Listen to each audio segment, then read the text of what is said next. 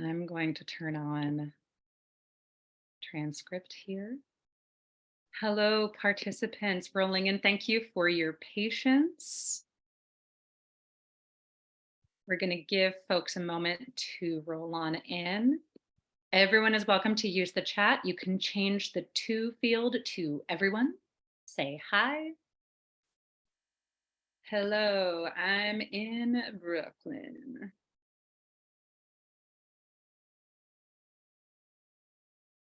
We'll get started in just a moment.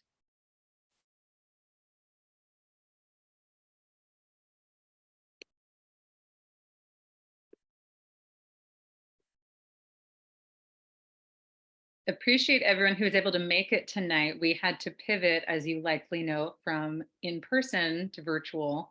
So, yeah, a little different, but we can do it. We're here. We're here, right? All right. So I'm going to talk for a minute. So I'm going to let everyone. Hi, Zoe. Hi, everyone. All right. Well, good evening and welcome to tonight's live online author event with Greenlight Bookstore. I am Kay and I'm thrilled to host tonight's event with Zoe Whittall, Casey Plett, and Ely Kreimendahl as we celebrate the launch of Zoe's new novel, The Fake, and the re-release of Casey's debut collection, A Safe Girl to Love.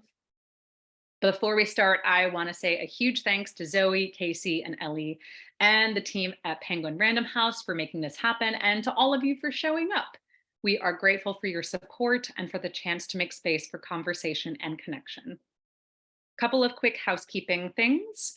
In our Zoom webinar tonight, you can hear and see the speakers, but they can't see or hear you. They can see that you're here though, and there are a couple of different ways that you can interact with the authors and with each other throughout tonight's event, which we highly encourage. The first is the chat, which you can find by clicking on the icon that looks like one speech balloon. It's a great way to show your appreciation for the authors and interact with fellow attendees. Post your comments and thoughts throughout the evening. If you have a specific question that you'd like to have answered by any of our guests tonight, please post that question in the Q&A module. You can find it by clicking on the icon that looks like two speech balloons. We'll be pulling questions only from the Q&A to be answered in the later part of the program. And importantly, tonight's featured books, The Fake and A Safe Girl to Love, are available for sale from Greenlight Bookstore. As thanks for attending tonight's virtual event, we are offering 10% off the featured books. Enter coupon code GreenlightEvents10 into the coupon discount section at checkout online, and I'll put that in the chat as well. Our interviewer for this evening is Ely Kreimendahl. Ely is a Brooklyn-based queer writer, comedian, and host of Shame Spiral podcast. She will be speaking with our featured authors, Zoe Whittall and Casey Plett, and will also be gracing us with some stand-up as well. Zoe Whittall is the Lambda Literary Award-winning author of the novels The Spectacular, The Best Kind of People, Holding Still for as Long as Possible, and Bottle Rocket Hearts, as well as 3 poetry collections, The Best 10 Minutes of Your Life, The Emily Valentine Poems, and Precordial Thump, and a Canadian Screen Award-winning TV and film writer with credits on Schitt's Creek, Degrassi, and others. Casey Plett is the 2-time Lambda Literary Award-winning author of the novel Little Fish, as well as the story collections A Dream of a Woman and A Safe Girl to Love. The co-editor of Meanwhile Elsewhere, Science Fiction and Fantasy from Transgender Writers, and the publisher at Little Puss Press. In the acclaimed A Safe Girl to Love, Casey Plett presents 11 unique short stories featuring young trans women stumbling through loss, sex, harassment, and love, showing that growing up as a trans girl can be charming, funny, frustrating, or sad, but will never be predictable. Now back in print after a long absence, this new edition includes an afterword by the author. In The Fake, Zoe Whittall presents a scammer as alluring as she is elusive, who irrevocably upends the lives of 2 strangers. A sharp, emotional novel about lies, liars, and the people who love them, The Fake forces us to examine what it means to trust, to deceive, to take advantage, and to be vulnerable. So we got a great lineup for you tonight. Zoe and Casey will be reading for us from their books. They'll be in conversation with Ely and with all of you. And Ellie's going to start us off with some comedy. So please take it away. Hello, everybody. I'm having such early pandemic Zoom comedy flashbacks. um, so I'm so happy to be here tonight to celebrate Zoe and Casey's books. I'm such a fan of both of them, and I have to say I feel like this feels like a real queer literary peak for me. And I was thinking about it, and I think the only moment in my life that even comes close to this is I was in my mid 20s. I was sleeping with this poet who also happened to be my roommate, as you do. And she was house sitting for her friend at this cool apartment in the East Village, and she invited me over there. So I went over, and then she was being kind of weird, excuse me, and she broke up with me via this poem she had written. But then the poem was like so gutting and beautiful that we both cried and then decided to have sex again and not break up. And then as we were lying in bed, I found out that the apartment in which she was house sitting, and as such, like the bed that we were laying in, belonged to none other than queer icon Eileen Miles. And that is an 100% true story that I've never told in stand up before, but I was like, it's coming out tonight.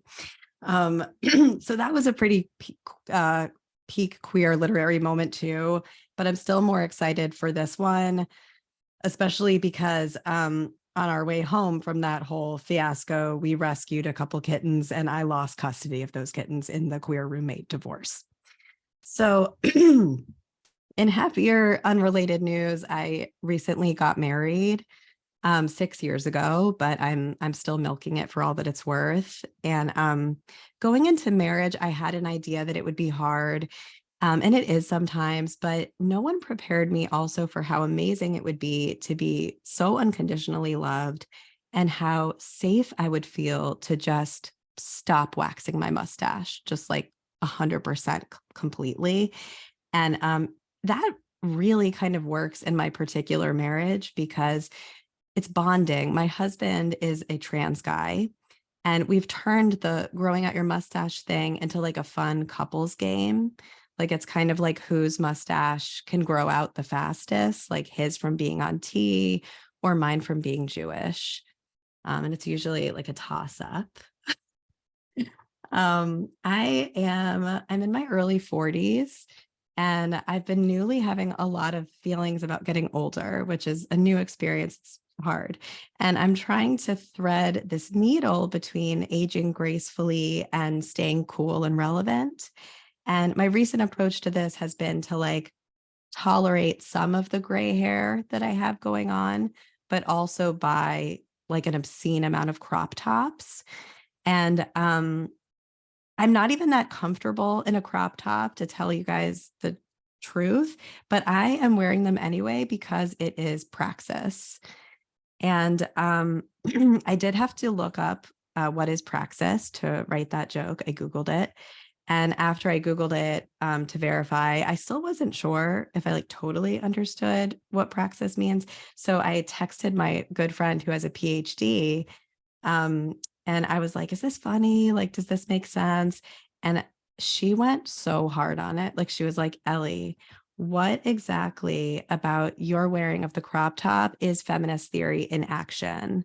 And I was like, I am going to need an extension. Like this is so much more unpacking than I was looking for. Like, honestly, I was just looking for like a ha react. Um, in all earnestness though, I was in a coffee shop the other day wearing one of these crop tops. And honestly, it really did feel like praxis. Like I was like, I'm 41. I am rocking this. I look hot. And then this cool, cute barista in her 20s was like, hey, cool shirt. And I was like, oh my God, thank you. And I was like, yeah, like I still got it.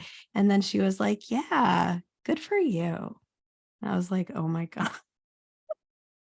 That is a nice sentiment, but very different energy than I was going for.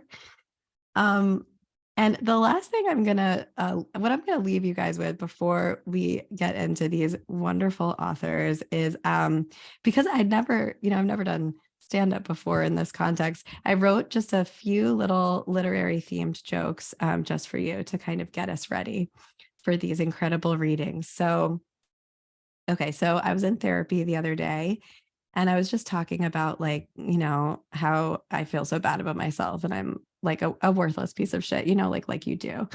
And my therapist was like, Ellie, you do not have to be good. And I was like, okay, first of all, thank you, Mary Oliver.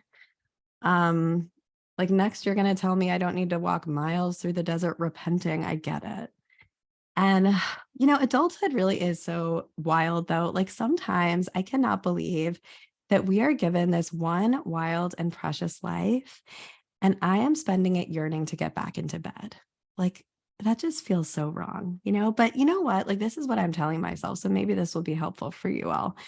Maybe like raw dogging a bag of Cheetos and like watching Love is Blind and dissociating on TikTok, like maybe that is my version of letting the soft animal of my body love what it loves. You know what I mean? And that is all I have to share with you guys tonight. Thank you so much for letting me do a bit of jokes with you all. Ellie, that was incredible. I'm so thrilled that you could join us. And really, when I thought this was going to be in person, I was like, I just want an excuse to meet Ellie, who I'm such a fan of, and who I'm always a fan of Casey. And I thought it would be so great to bring us all together. So thank you so much for that. Oh, thank you, And for Zoe. rolling with the last minute change. So I will jump into reading a little excerpt from The Fake. Um, The Fake is about a pathological liar. And uh, I drew inspiration from a crazy relationship I had in my 20s. Um, and I wasn't sure how to write a book about a liar without having the liar speak to the reader at some point. And so that's how I started off the book. A note from Camilla before you start reading. I was kidnapped when I was 8 years old. I was sitting in the Oldsmobile, the one we called Carla number 3, with the broken passenger side door that was held together with baler twine and bungee cords. You had to get into the car from the driver's side, and the back seat was always filled with old phone books and computer parts. So even if I wanted to jump out, I couldn't. This was back when you could leave kids in cars. In the parking lot of the A&P, I likely wasn't the only kid in hand-me-down mittens waiting on an adult who was shooting the shit with Marlene, the only weekday cashier. My dad smoked a cigarette and leaned against the ice machine, the looped handle of a yellow grocery bag tucked around the elbow of his silver ski jacket. Everyone walking in and out of the store looked like they were smoking because it was so cold. He'd left the keys in the car so the heat could run. A guy just got in and drove me away. He said his name was Benjamin. I don't think he wanted a kid. I think he wanted a car. Maybe. I don't remember all that much after he told me his name. I don't remember how I got home. But I do know I lived with my Nana for a whole summer after that. She had a little red bungalow halfway between our church and the Chicken Yum Diner. She'd say, "Come on, let's go brush our jimmies." She'd tuck me into her waterbed with the coral satin sheets and then go sleep on the couch. Nana said my dad was special and the world was never fair to him. In the fall, we had to go to court, my sister and I, and say where we wanted to live. My mother let my dad have weekends, which to him meant once a month. My childhood was unremarkable except for the kidnapping. I stayed out of trouble unless you messed with my sister. I graduated with a respectable B average from the tiny high school on the shores of the greatest of the Great Lakes. And I went to college in the city for an English degree. I didn't expect to get knocked up at 18, but I guess it's in my genes. I named her Buffy like the Slayer and sent her off to live with a nice middle-aged couple in Barrie. That's why I never go to Barrie. I think if I saw her, I would know, but sometimes I get drunk and get on a bus there, and I'm sober enough by the time I arrive that I just turn around and come back.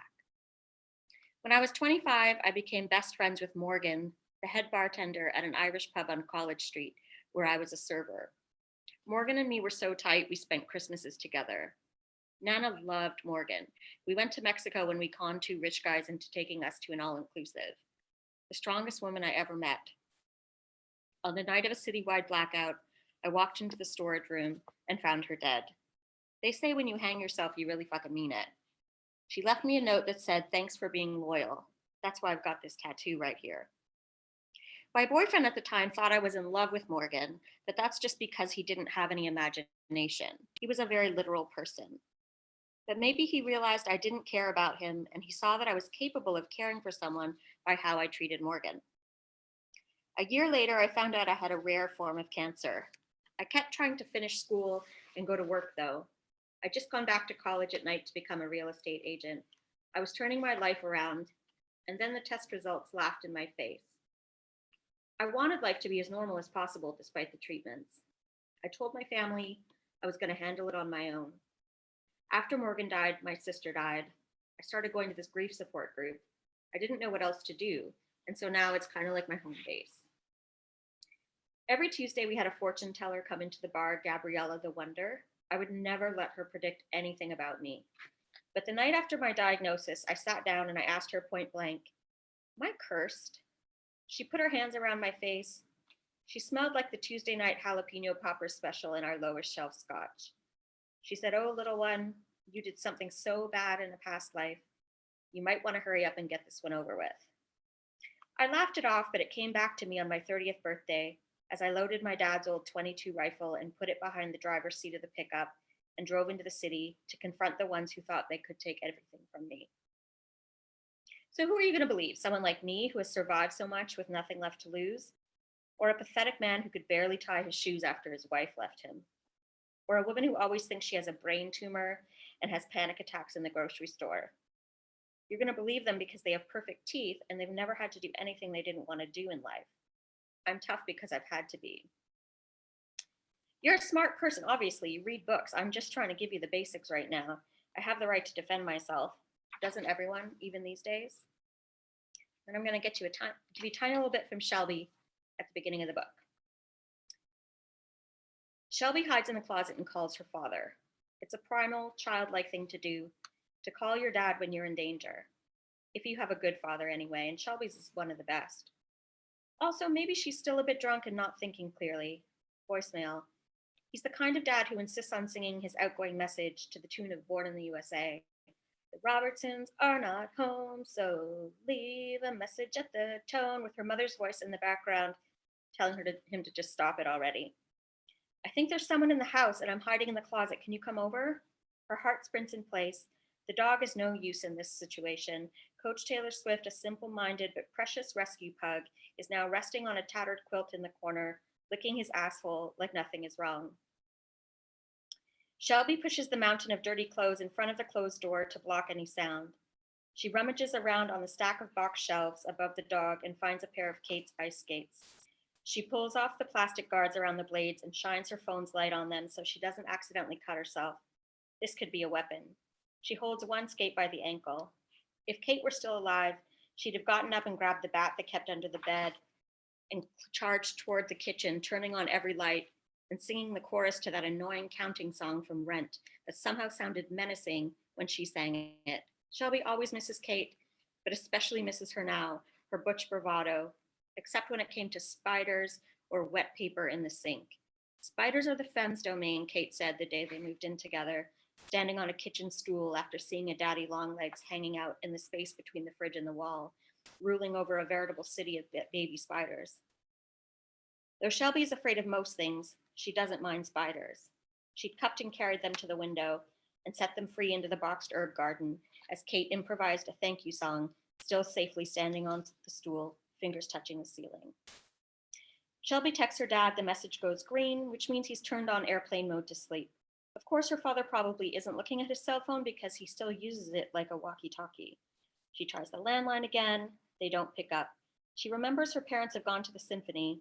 She went to bed an hour ago, but adults who aren't dangerously depressed are still out having a good time.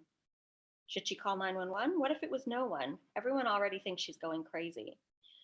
She scrolls through her contacts. Who are her friends? The ones close enough to call in moments like this. When you no longer have a partner, you have to rank your friends in order of most useful in an emergency. Her ICE listing was Kate, whose phone was currently in a little Ziploc bag in their shared nightstand with her keys, receipts, and the contents of her pockets from the day she died. There's Carol Jo, the person who lives closest, but Shelby had blocked and deleted her number the week before, so she texts Gibson. This is going to sound crazy, but do you know where she is right now? Because I'm worried she's in my house. She's made some threats. He calls her back. She puts the phone to her ear and whispers, I'm hiding in the closet. Look, until today, I would have said you're overreacting, that she's only a harm to herself, but I honestly don't know what she's capable of anymore. So stay where you are. I'm coming over.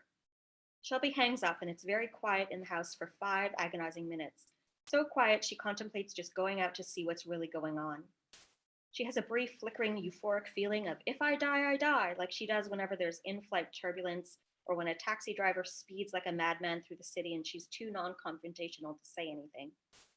It's a light feeling in her chest, a release of the illusion of control over her circumstances. Then Coach Taylor whines a little. She has to stay alive for Coach, a dog with such a complicated system of medications and nurturance just to be baseline okay. Maybe it's just a raccoon in the garbage. This is Toronto after all. Or a vicious wind in the yard. For an ordinary robber who is strong-arming her flat screen and going on his way. She reaches over to scratch Coach's head, which makes them both feel sleepy. Maybe she should just go back to bed. She is lolling into what her therapist calls sensory underwhelm when she hears the sound of gunshots and breaking glass. So that's a little from the fake. Thank you so much. And so now I will hand it over to Casey.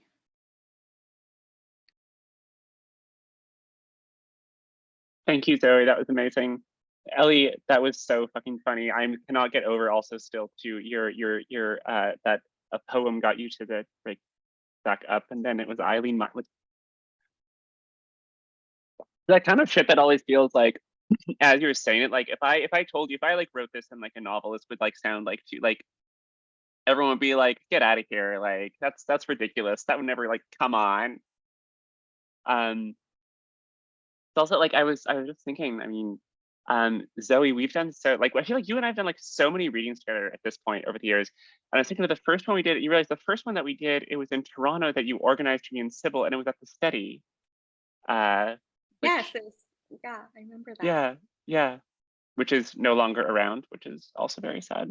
It was for those who don't know, the Steady was like one of Toronto's like only lesbian bars, queer women bars, is that fair to say? Yeah, I think it was just general queer bar. Yeah, owned by trans women. Okay, yeah. I only like went there a couple times before it closed down, and it wasn't, you know, around. Cool. Yeah. Alas. Well, okay, so I'm going to read a little bit from this book, A Safe Girl to Love. This book is a funny one because I wrote this like a decade ago, and it came out in 2014. And it came up with a press called Topside Press, which then died very dramatically and ghoulishly. I always like to say that like some intrepid like queer journalist should do like an oral history of what happened with Topside Press, and I will spill everything then. I will gossip about everything, but until then, it's all zip. But now it has been reprinted by Arsenal Pulp Press, who is wonderful and amazing. I'm going to read a couple excerpts from a couple stories from it. I have so much to spill, and I will. As soon as someone does the oral history, then you got me. Awesome. Okay, everyone can hear me okay? This is okay. Neat. Okay. So this is from a story called Not Bleak. And Not Bleak takes place in a fictional college town in North Dakota. And it's about this trans woman, Carla, who she's like in her mid-20s. She's been out a few years, and she meets up with this very young trans girl named Zeke, who has just come out. And they have this kind of strange friendship. And Zeke is kind of very quiet, very sort of kind of like willowy, very in all respects. And Carla is a little saltier, and it's told from Carla's perspective.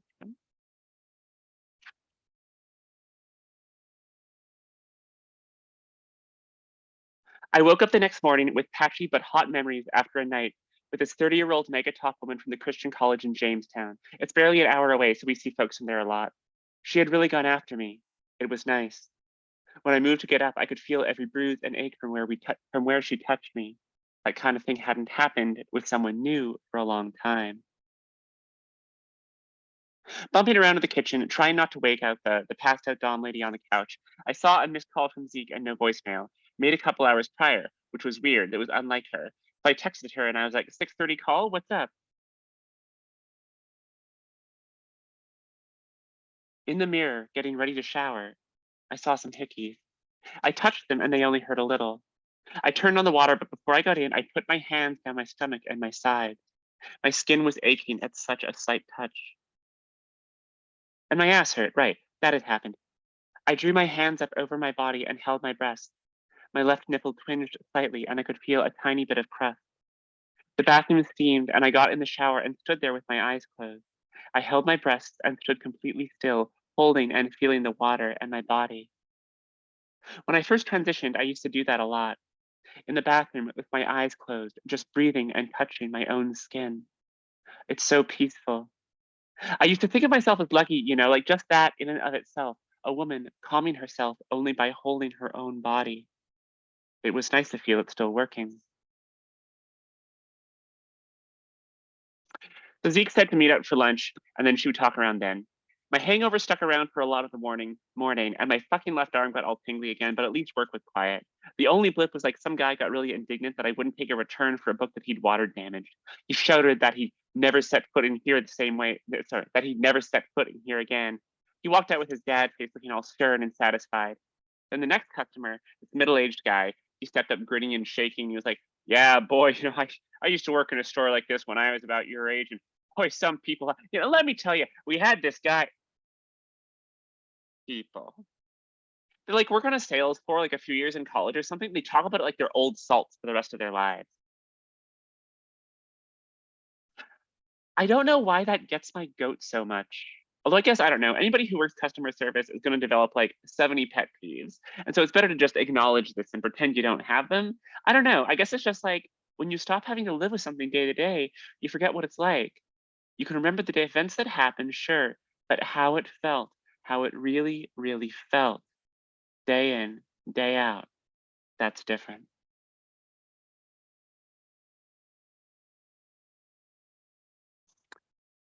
We went to lunch and then Zeke was like, so I'm going to be asking you a favor, she said. Okay, I said, and she said, and I just want to make clear, it's totally okay if you don't want to do it. That's I will completely understand if you say no. It's just no problem at all. Okay, I said. So she said, I'll be asking a lot here. My head was still pulsing, and I said, just fucking say it. Yes, well, she breathed deeply. You remember my grandpa, the one I came in and bought the book for the other day? Yeah, we're old friends, I said irritably. What about him? Well, she said, I'm going to see him in a few weeks. And I won't be going as a girl, unfortunately, but given, well, circumstances, I would really rather not travel alone. I nodded. She was looking me in the eye with no break in her gaze, the way that she did. But somehow now it was a little creepy. And she continued, this may sound strange, but not only do I not want to travel alone, but he thinks I have a girlfriend, and it would really make him happy if he met that girlfriend. And so I was wondering if perhaps you could come along with me and, well, pretend to be my girlfriend, possibly? I blinked. I swallowed my Tylenol. Honey, I said, and I enunciated clearly here, you don't want me. Yes, I do. I gave her a dark look. Don't fuck with me. Well, Carla, she said, you have to understand. They don't even know we're possible. Okay, I'm gonna stop. That's from a story called Not Bleak, and I'm gonna read a very short little bit from a story called Winning. This is from it's technically the second to last story in the book, but it's like the last long story in the book. Oh, and the protagonist's name is Zoe. That is a very funny coincidence. I did not realize that until right now. What a world. Okay. Well, thank you all. Okay. This is from the start of the story, so I'll just go right into it. He's shivering, Zoe thought, as she came into Robin's bedroom, and she saw his tall body vibrating on the bed, blanket on the floor. She made to tuck the blanket back over him when she saw his face was contorted and his lips were moving like waves. She said, "Hey," and softly rocked his shoulder. Robin gasped, then his face turned instantly blithe. "Hey," she said. "Sorry to wake you." "Okay," he said. He stretched, and his boxers made a rustling noise under the sheets. "You leaving?" he said. "Yes," she said. "Thanks for letting me crash." "Definitely." "Boy," he yawned, "I feel really fucked up." Robin had finished most of a Magnum last night. Zoe had had 2 glasses, then switched to milk. She loved milk. She giggled and said "aw" and mussed his wavy brown hair. It was silly, she realized. It was so silly. But, she thought, walking outside and zipping her hoodie up over her dress, she had forgotten how boys even had nightmares. It was mid-November when in the Pacific Northwest, the panorama of clouds stopped flirting with the sky and moved in and set parking brakes until May. A soft mist-patter of rain was coming down as though we walked down the motel-like stairs of Robin's complex, then over to Eugene Station to take 66 North. When she got off the bus and walked up to Ayers, the rain had stopped, but the sky was still an ocean of pearl gray. Zoe hated this. Humans aren't supposed to go months with all their sunlight broken, she thought. She had actually loved the winters back in New York. Everyone there, they always complained about how gray it was because Zoe, New York had been sunny and bright. Back at her mom's, the boxes in the kitchen hadn't moved. There was a note on the counter. It said, "Gone to farmer's market one last time. I need everything out of your room tonight." Well, that was a new request. She thought she'd still had a week to stay here, but whatever. She went into her room and resumed clearing out her shit. You can build up so much stuff, she thought, when you have a room in a house you don't actually live in. And Zoe'd always been a pack rat, especially as a teenager. She would save like a lot of things that she thought that regular families would save for their kids. She dumped most of that stuff now, though, and now there are only a few boxes left, orderly seas of social studies papers, choir programs, stuff like that. Sandy came home as Zoe was mashing a basketball-sized paper wad into the recycling. "I bought some fruit for you," Sandy said. "I'm not hungry," said Zoe. "Don't give me that. Have you eaten? I don't want any fruit, thanks." Ever since Zoe transitioned, Sandy had become convinced somehow that her daughter would develop an eating disorder, even though Zoe was eating as little as ever. And Zoe said, "No thanks, Mom, I'm not hungry." And Sandy said, "Zoe, the last thing I want to do is have to make you eat. It's not like I like having these conversations." Sandy was trans, too. Zoe had come out to her exactly 18 months ago on the phone from her Brooklyn apartment after she had already been on hormones for a while. She had meticulously taken steps to avoid telling Sandy. And then when she did, her mother had cried and cried. I'll stop. Thank you.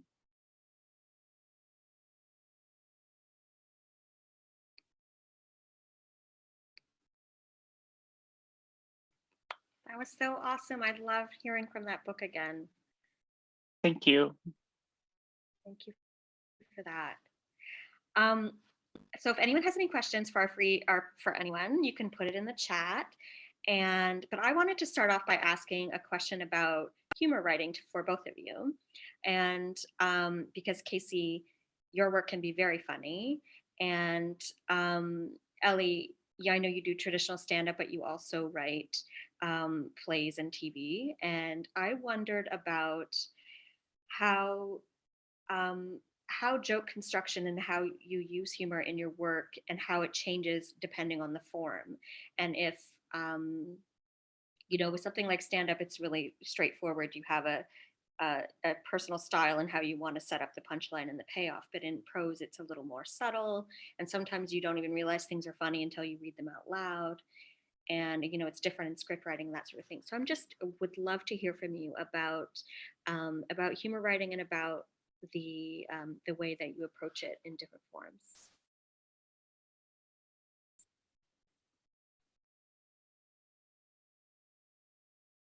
Ellie, do you want to go first? You go first? Why don't you go ahead? Okay. Sure. So for me, like, I feel like every time that I've tried intentionally to be funny in fiction, it like really has not worked. Like it had just like flat out. And I remember like tried doing that a lot, like earlier, like years ago when I was just starting out, and would always like not quite work. And then, so I think how it's more worked out for me is that like there'll be something within a story or within the thing that I'm doing where like something kind of like something in the story has like is pointing towards something funny, where like there's sort of a joke that's already kind of like 2/3 already there, and if I can like mold it right, then I can like make it so there's like a laugh line there. But it's usually when something like really something like sad or fucked up or dark has happened, and then like, oh, actually, like if someone made that observation, that would be funny as hell, even though it would also be a little like whoa. And that seems to work for me. Like when I've sort of like accidentally built the blocks there for something that is like meant to be funny, because there is something that is inherent in the situation. It's like, wow, that's hilarious, even as like people are idiots, or like this is like really terrible what's happening. That's pretty much how it's worked for me every time. I feel like when I've tried from the get-go to be like, this could be funny, so I'm going to build the funny thing, that has just like broken apart. It's like I've never been able to make that work.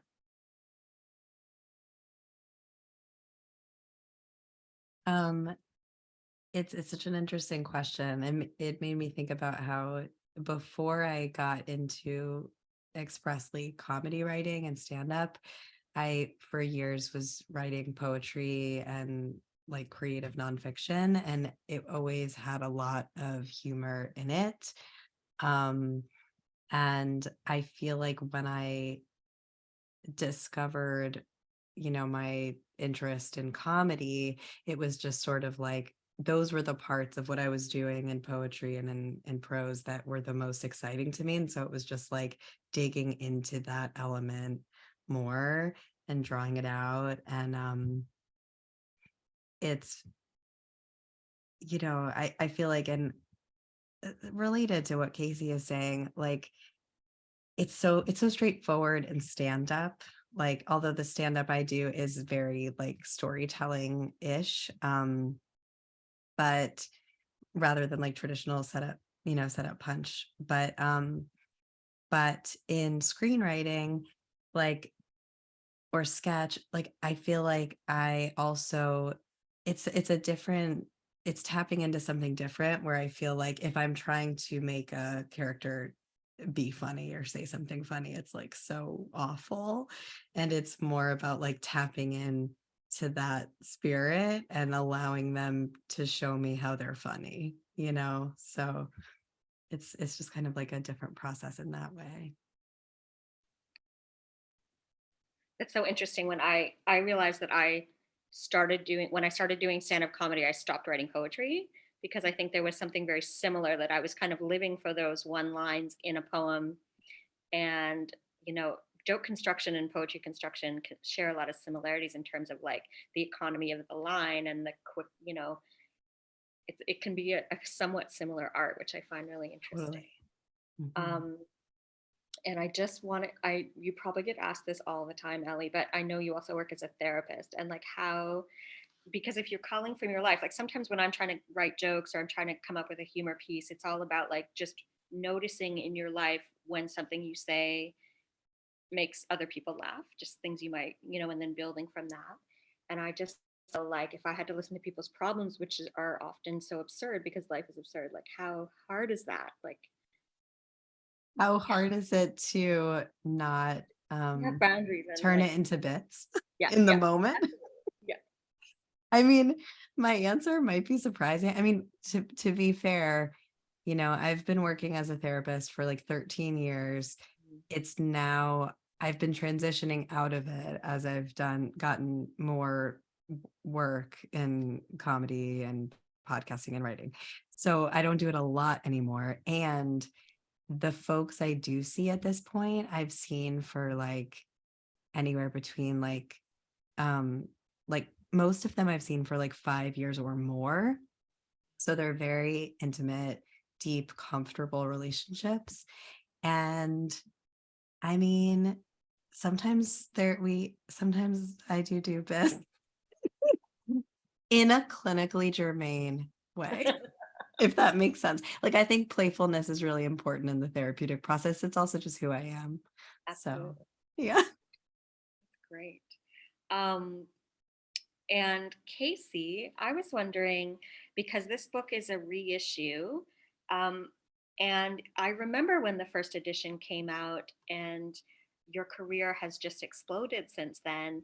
And I wonder, like, if you have any observations about the book's initial reception and the reception it's getting now, and any observations you have on like the the state of trans literature and how you feel about it now that you've kind of really been part of this decade of expansion.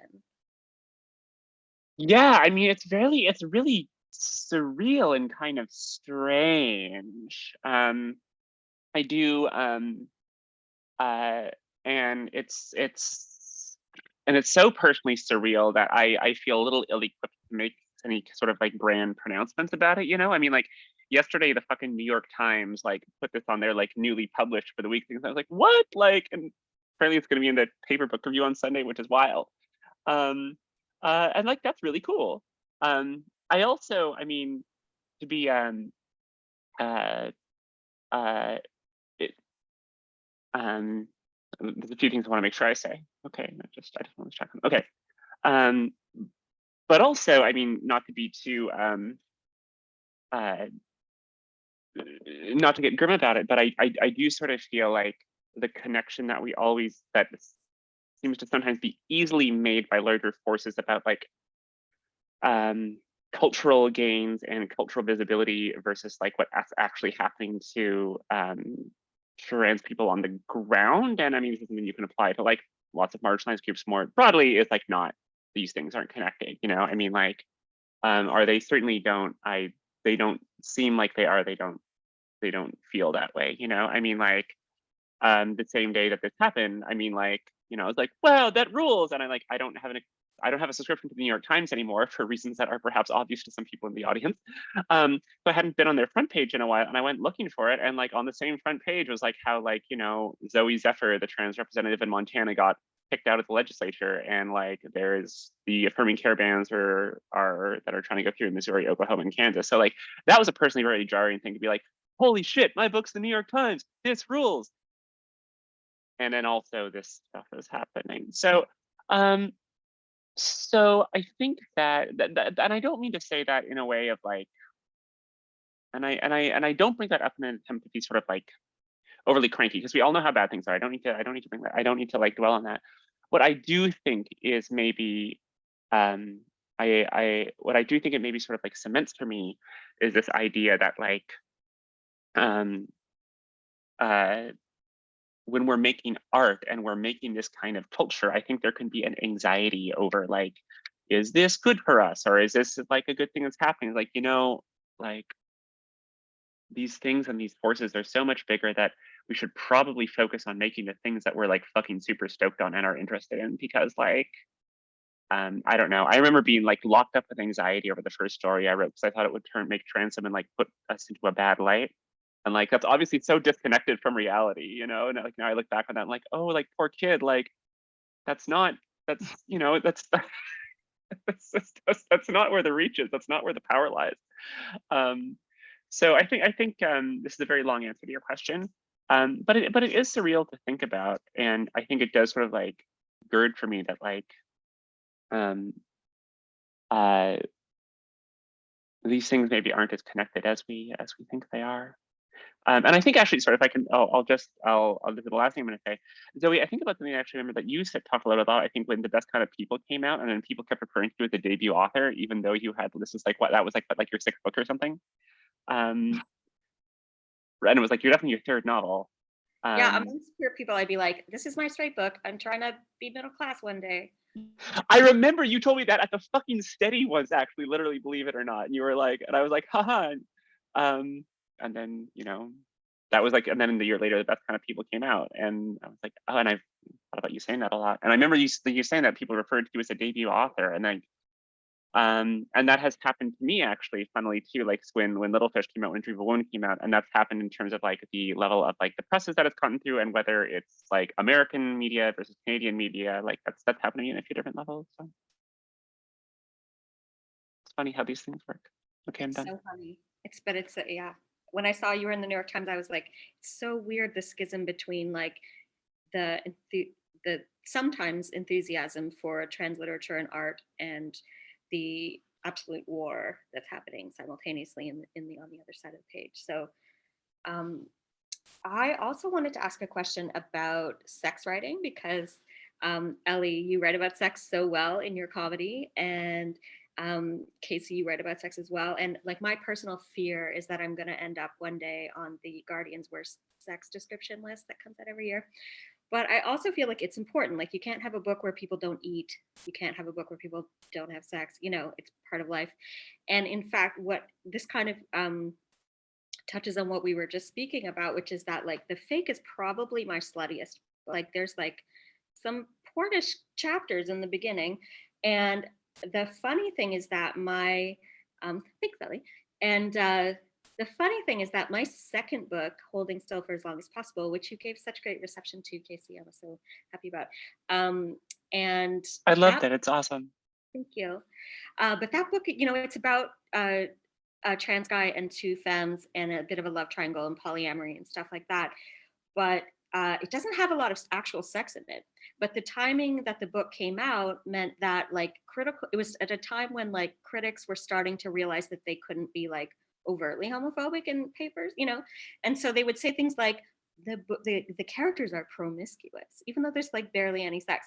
And so I've been like kind of waiting for a reception for the fake for people to mention the sluttiness, you know, because I am kind of proud of the sections. And I think they're, you know, I always think about how sex is written and how like from a craft perspective, like how we approach it.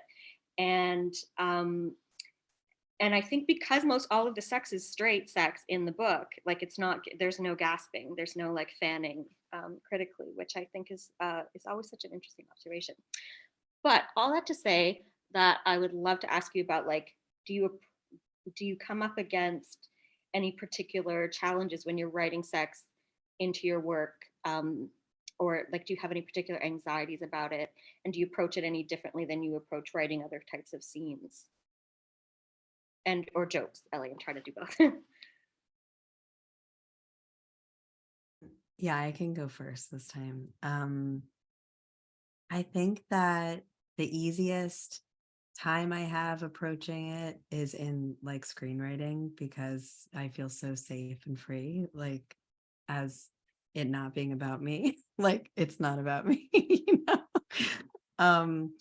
So that doesn't, I guess I do have some, I haven't ever really thought about this in the way that you're evoking now, Zoe, but I guess I do have some fear about it being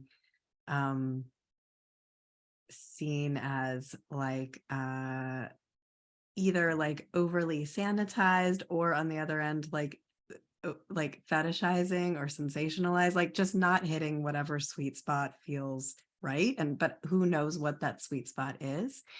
And there is no sweet spot. I mean, it's like there's no formula.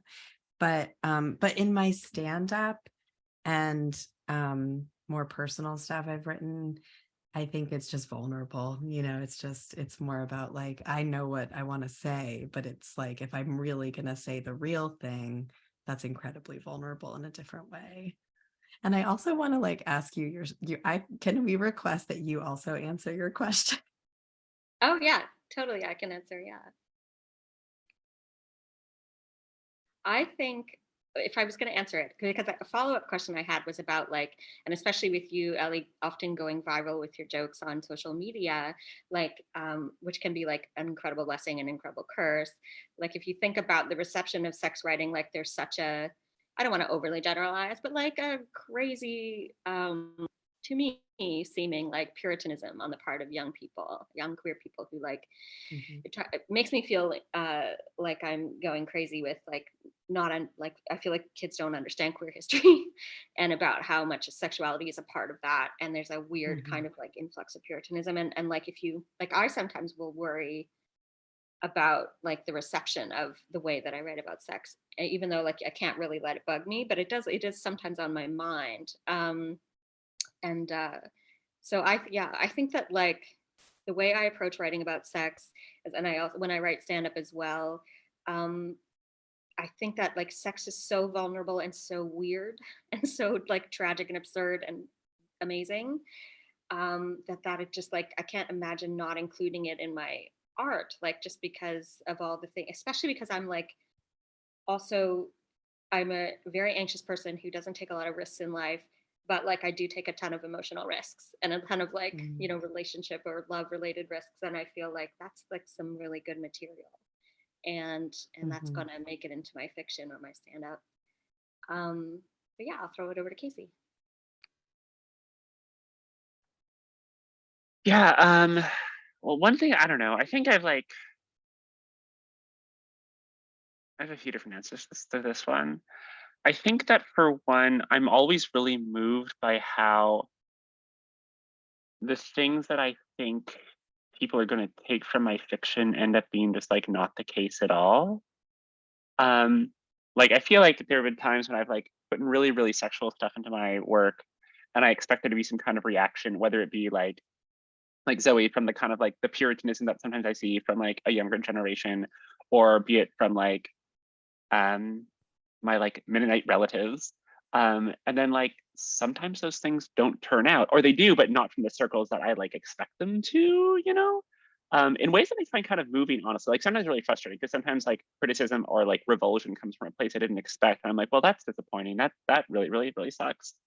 Um, but then also like this one like old lady I know from like the Mennonite church in Windsor that I used to go to, like read my novel Little Fish, which is like really, really X-rated and really dark, and is about like sex work and alcoholism and suicide and like a lot of like really intense things. And she was like, it was really amazing. I enjoyed it a lot. I was like, well, okay, like that's on me for underestimating you. Like that's totally on me over here, Um, so uh so I think that's kind of like helped me sort of go like, like I just need to make sure this is real.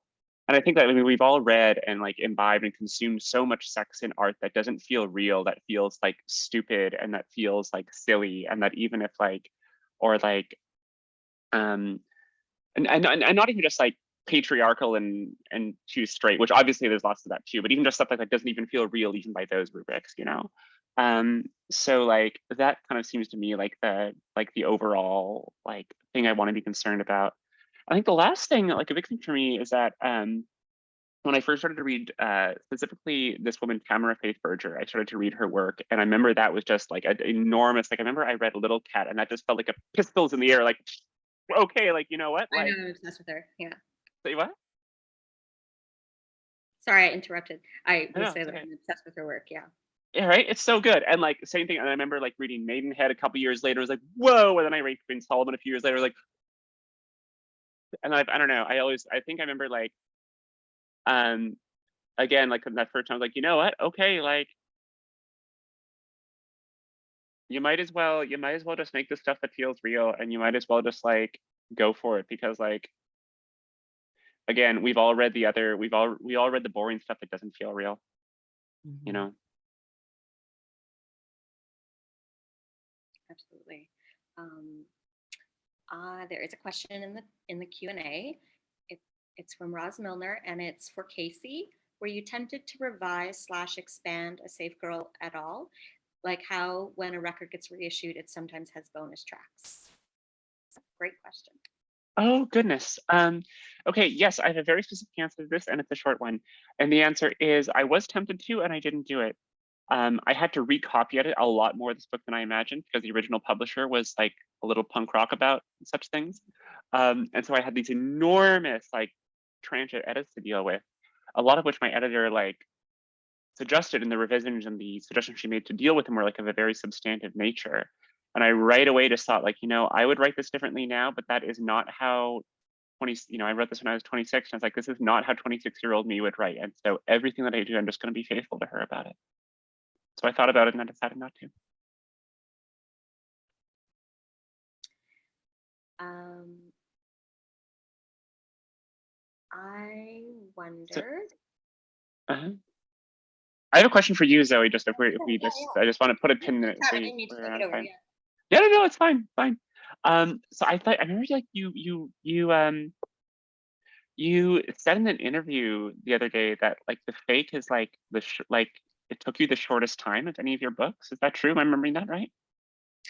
Yes, I wrote it during the pandemic, and it happened so quickly that I felt like I had dreamed it. Like I remember talking to my agent to be like, "Is this a manuscript?" Because like the spectacular had, I started the spectacular in before I wrote The Best Kind of People, and then The Best Kind of People was like a procrastination novel in a way, and then the spectacular, even after I signed it, took so long, and it was uh, you know, it took place from like there's scenes in 1922, and there's three main characters, and it was crazy. It was so hard to keep track of. And so this book, I was like, I want it to take place in 3 months and two characters, two with a third that hovers, and so that just ended up being like easier to structure. And structure is one of my biggest flaws, I think, when it comes to writing. And also because like the emotional beats of the story are sort of inspired by an experience I had in my 20s, and I've been like sitting on that experience for God, I don't want to do math, but like 18 years. And I was like, okay, I have this time, I'm literally in my home by myself for months and months and months. I think it's time to really write about it. And because I had consumed so much media about pathological liars in the like years leading up to it, I was like, okay, I think I have something to say about this that's more than just like confessing what had happened. Like I felt like I could understand it a little more complexly than I probably did when I wrote my last poetry book in 2008 was a lot about that relationship. And so I think it just took a long time for me to become alive to the humor in it and the absurdity, and I think that a lot of times, even if I'm writing a serious book, like if I can't locate the irony, if I can't figure out the humor in it, then it's not real. And so it was kind of partly that way. And so I wrote it real quick, and I'm still not. I was like, even when it was about to go to print, I was like, "Are you sure? Like, shouldn't I sit with it for years?" But I was really grateful also that it happened that way. That's Yeah. amazing. That rules. Okay, thank you. I was curious about that. So I'm not sure. Let's do a time check. It's 8:30. Does anybody else? Oh, I see. There's another thing in the Q&A. Zoe, it seems like scammers are having a moment in pop culture, especially in podcast circles. Were you at all informed by this trend? I wasn't informed by the trend, but I have been listening to a lot of podcasts about scammers and scam culture, and of course, I watched The Dropout and um, Inventing Anna and all of those things. And so I really felt like there's a certain kind of narrative that happens around um, pathological liars, and it's often like a you know it's sort of a crime story, and it's about like finding the criminal. And I wanted to complicate that because in my experience with the pathological liar was like one of slight like kind of weird manipulative codependence that seemed a little more complicated than what I'd seen on screen, in terms of like that the love you have for someone doesn't go away when you find out that they're they have this like depending on how your perspective, this like traumatic reaction to life, you know. Um, but yeah, thanks for that question. Does anyone else want to ask any questions? Okay, so Kay says we can take another minute or so since we started late. Okay, fabulous. Okay, Ellie, I wanted to ask how it feels to go as viral as you've gone with your humor, and how you don't lose your mind. Because sometimes I look under your Twitter when you've just written the freaking smartest joke I've ever seen in my life, and then people respond to you like you're being literal or serious. Like there's a real, epidemic of people not understanding humor on the internet. And I wondered like how you uh, don't let that get you down, or how you deal with that. Um, I think that I've become really desensitized to it for the most part. Yeah. Like like for instance, I do not read most comments anymore because most of them are trash and it's not good for my mental health. Like when I was newly sort of getting more followers, I would like read them and I would be very sort of, it just brought up all my codependence. Like I was like, I have to take care of this person and I also need them to not think I'm an evil person, you know? And then that was like way too much of my time. Like I'm a parent. Like that was insane that I was spending time doing that. So most of the time it's fine. I just disengage. I don't really engage there when it's something that similar to what you brought up about sex and like some like purity culture stuff and like younger queer and trans non-binary folks, like where if that's like my sensitive spot, like if I say something and I get feedback where like young queer people are like distressed, like I will have a really hard time not going in and swirling around. And I mean, I think in part that's valuable because I feel like something that's so important to me as an adult, like at this level of adulthood, is like I don't ever want to be the kind of adult that does not listen to young people and know that I have so much to learn and that I am not like on the pulse in the way that I once was probably. And I want my eyes and ears to be open. Also, like that doesn't mean that that everything is like correct or appropriate or whatever. Absolutely. But that gets me down sometimes, that does. And then sometimes I just delete stuff. Like if something is really stressing me out, I am like, there's no reason to continue to have this be creating drama and chaos, literally, and in my soul, you know? Yeah, totally. Different platform, but my friend Red Durkin once said, my Facebook page is not a democracy. Exactly. Register. Yeah. Yeah. Yeah. TikTok is like a whole other level. I don't know if you both are. I'm very bad at it, but I love it. Yeah. I like that is almost easier because it's so unhinged. Like I feel like the TikTok trolls, like they'll just be like, why are you so ugly? Like just like so, and I'm like, that's actually fine with me. Like if you critique, like if you are like saying that I'm like a bad queer person and have an intellectual argument for why, that's disturbing to me. But you can like call me ugly like all you want. Yeah. Oh, that's funny. And now I've completely forgotten the next question. Out of my head, gone. Would I anybody? feel like y'all should just have like another one of these and just keep talking. I mean, honestly. I have a question for Zoe and Casey, if that's okay. Of course, It might it's be a silly okay. question, I but mean, we still have people tuning in here. I think it's okay. okay. So, like I always dreamed of writing a novel. I never have. And something I was thinking about the process that I've gone through in other mediums of like finishing something, like both how you can accept and like decide that something's done, but then also the emotional process you go through letting go of the world and the characters, like moving to outside of it instead of inside of it.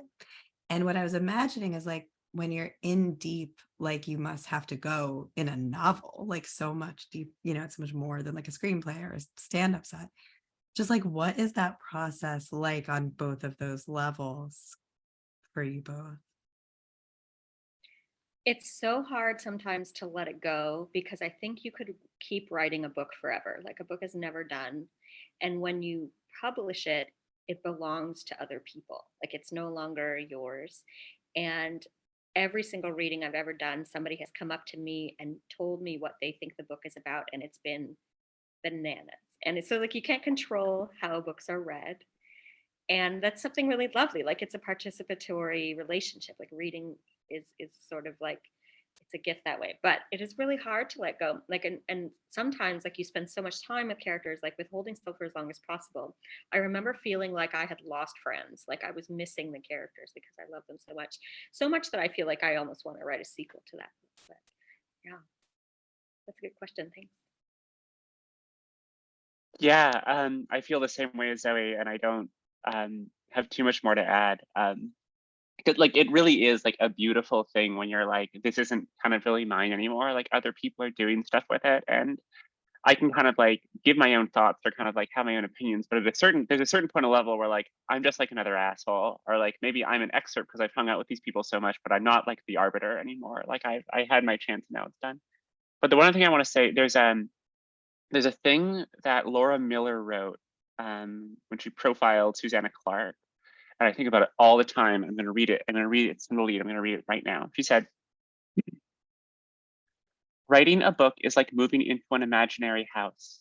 The author, the sole inhabitant, wanders from room to room, choosing the furnishings, correcting imperfections, adding new wings.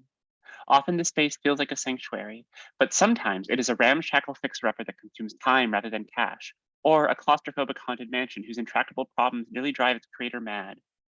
No one else can truly enter this house until the book is launched into the world, and once the work is completed, the author becomes a kind of exile. The experience of living there can only be remembered." And I feel that way completely. Sorry? So that's perfect. That's so Yeah, true. right? Yeah. Here, I'll drop the link in the chat. It's the lead of this profile.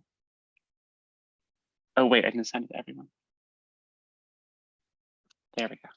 Well, I think we're about rounding it up, and I just want to say thank you so much to Casey and to Ellie and to Greenlight Books. And I'm so sorry about the last minute change to being virtual, but this was really special. Thank you. Thank you. Thank you. Yeah, thank you all so much. I know it's a bummer that it couldn't have happened live, but the fact that we were still able to make it come together like this, and that everyone who was able to show up with very little notice. Really, really lovely evening. And y'all have such great chemistry together. I was like, man, it would have been really good to see you in person. So I guess y'all just have to keep writing books. Keep writing books. Yeah, so thank you, Casey, Ellie, Zoe. Congratulations on your new release, The Fake, by The Fake, at Greenlight or somewhere, not Amazon, but somewhere.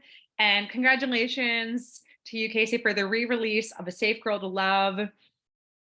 And y'all can buy it again. It's a new edition with an afterword by the author, this author right here, who's here right in front of you. And then you can follow Ellie on TikTok and troll them there, I guess. That's welcome and encouraged, apparently. Thank you all so much, and have a great night.